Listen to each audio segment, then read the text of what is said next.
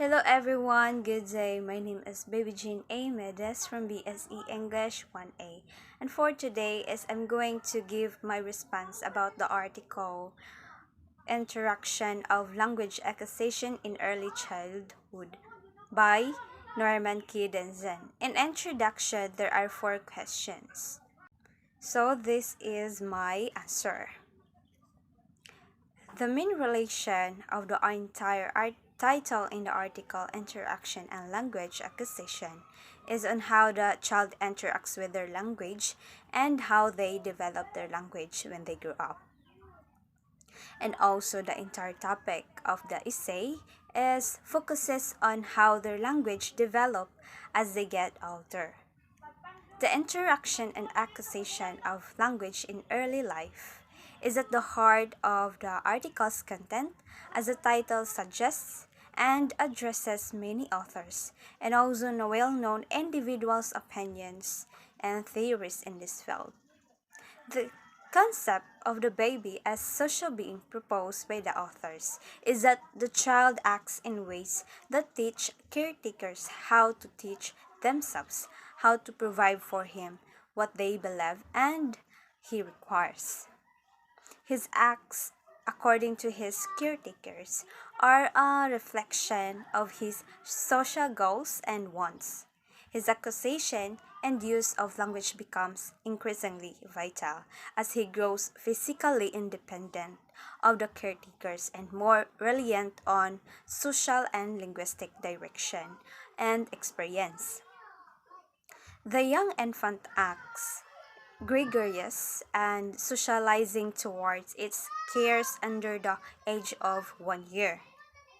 The caregiver infant contact is critical for language development because it offers the child with a series of symbolic experiences that are eventually molded into inner silent speech and thought. In reality, the caregiver, as a significant other, provides a verbal and visual cues to the infant that evoke verbal and visual responses as well as activity patterns.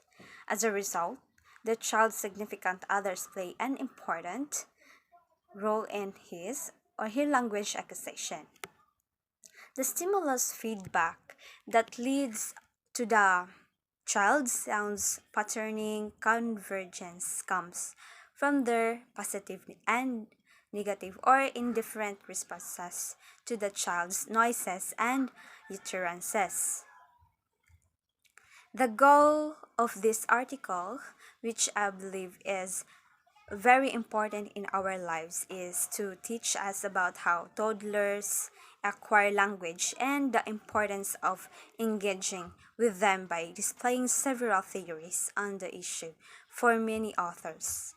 It also emphasizes the role of a caregiver, such as parents, and their child's early language development. And I believe the article is relevant to the Filipino context because some Filipino parents involve their children at an early age and teach them basic terminology.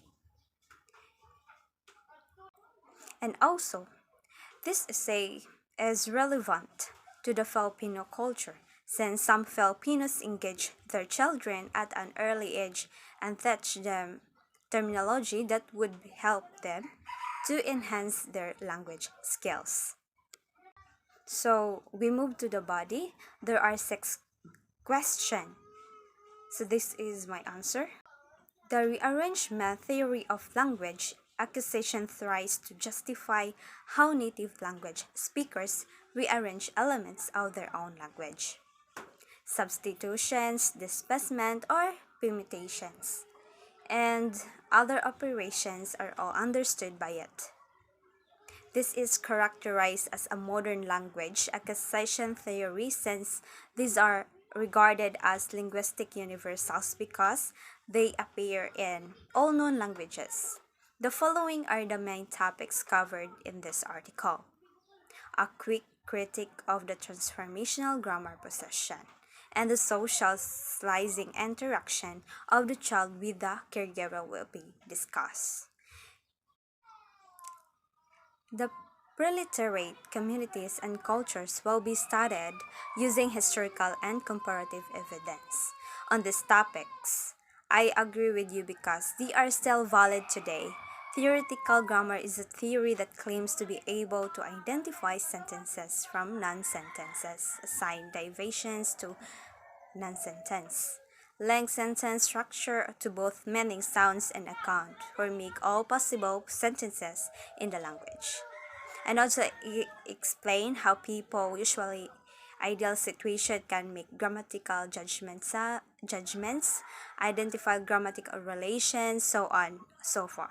Whereas a theory of language is the most account for how the infant acquires, improvises on, and uses the linguistic symbols and meanings it receives.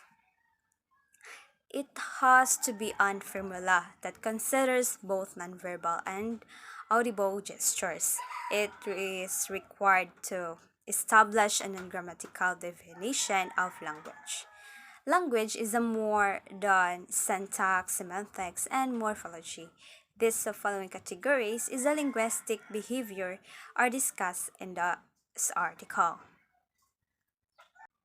The child begins to identify specific sounds with words, things, circumstances, activities, and so on as a result of these convergences, reactions.